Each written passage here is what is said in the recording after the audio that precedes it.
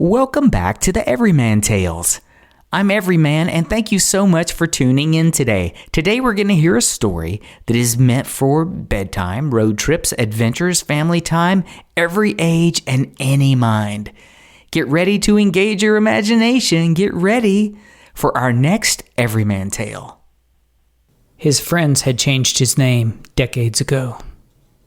From the time he realized he couldn't find the tree again, Chemo knew if he couldn't find the tree, he would fix it so that no one ever would.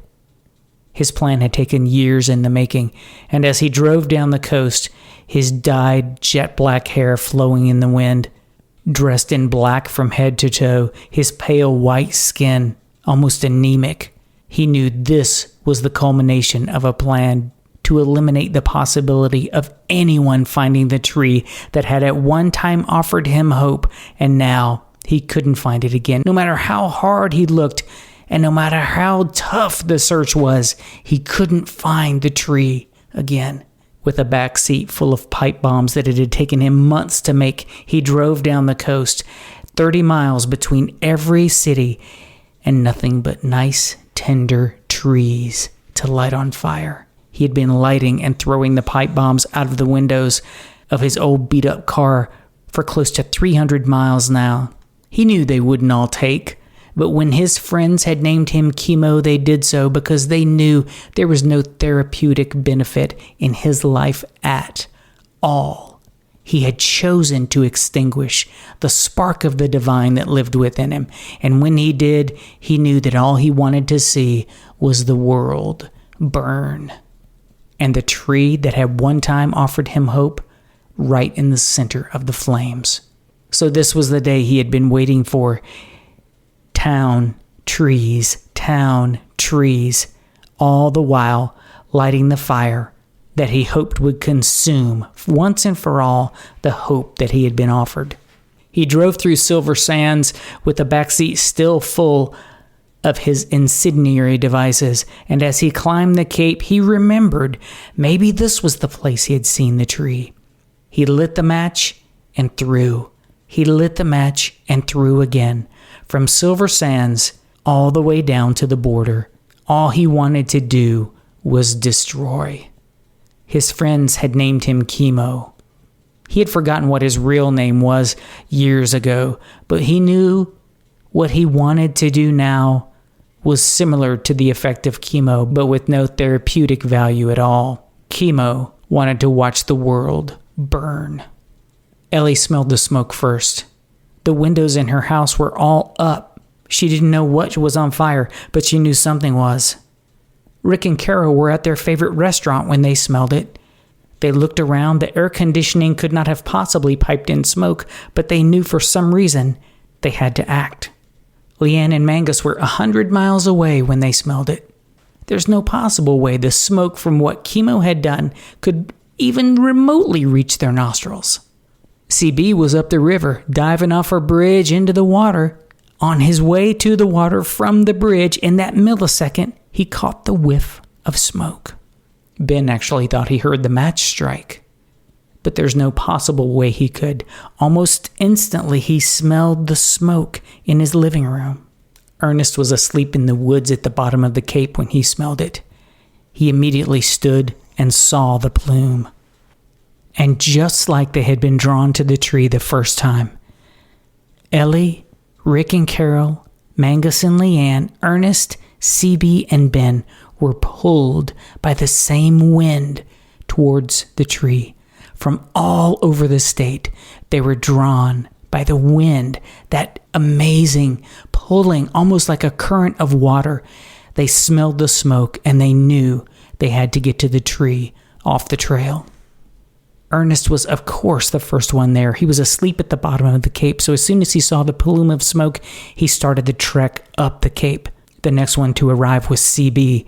From the river, he had jumped on his dirt bike and crashed through the trees over the trail, even dodging the flames of the fire that Chemo had started surrounding the entire area. Rick and Carol had gotten in their car, leaving their appetizer and not even getting to their dinner, and started down the highway when they saw the smoke.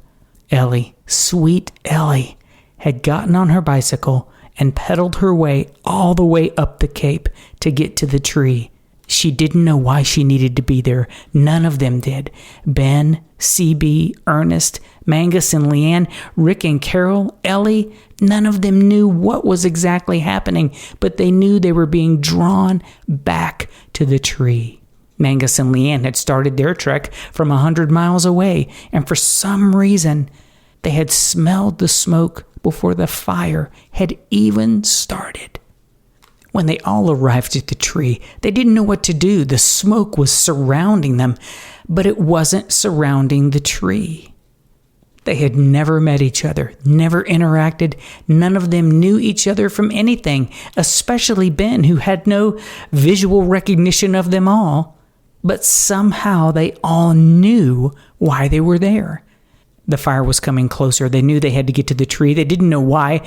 They all started down the trail together and found the hedge drawn back, wide open. And they felt the tingling. They felt the special wind. They knew something was happening, but like all the times before when they had interacted with the tree, they didn't know what. Chemo was hundreds of miles away by this time, laughing at the fact that he knew he had finally destroyed the source of his previous hope that he felt like he would never find again. Ben, with the least sight and the most vision, made his way to the base of the tree and touched it. He grabbed a limb and pulled himself up. He did not know why. Everyone knew they needed to be in the tree. Ben climbed up, CB right behind him, making sure that every hand placement, every foot placement was right where it needed to be so there would be no slipping or falling. Ellie pedaled up on her bike, jumped off, and ran to the tree. Rick and Carol held hands as they started around the edge to climb the tree from the other side, which they both did, and before they knew it, Ben, CB, Ellie, Rick, and Carol were over halfway up the tree. Mangus and Leanne arrived at that time, and they too were pulled and drawn to the tree, climbing up it at breakneck speed. Ernest, huffing and puffing, topped the crest of the cape. The smoke was so thick they could barely see, and Ernest knew he was being drawn into the tree as well. He made it to the trunk and started his way up the tree, off the trail. What none of them realized as they began to climb the tree is that as their foot left the ground and they were totally supported by the weight of the tree, the outside edge of the tree began to turn white. The tips of the tree turned from the dark, rich green to white, and everything beyond the scope of the limbs of the tree became totally translucent. They couldn't see past the edge of the tree limbs at all. Ben, of all people, was the first one to sense something. He said, "I can't hear anything." Everyone looked around. They could not see anything. Everyone was all the way off the ground in the tree, and all they saw was the tree and each other. They took a momentary pause. CB said, "I can't smell any smoke." Ellie looked and said, "I don't see any fire." Rick and Carol looked around. Mangus and Leanne, all of them realized they were totally enclosed in the tree. It was then that they also began to feel the earth shake. You're listening to part 1 of the epic 2-part conclusion of The Tree Off the Trail. The tree has finally drawn all of its members into it. What could possibly happen next? You're listening to the Everyman Tales. Thank you so much for tuning in. I hope you have a wonderful rest of your day. And don't forget to tune in to the second part of our epic conclusion of the Tree Off the Trail series. Be sure to like and follow me on whatever platform you're listening to me on. And don't forget, as you listen, to engage your imagination. Thanks for listening to the Everyman Tales.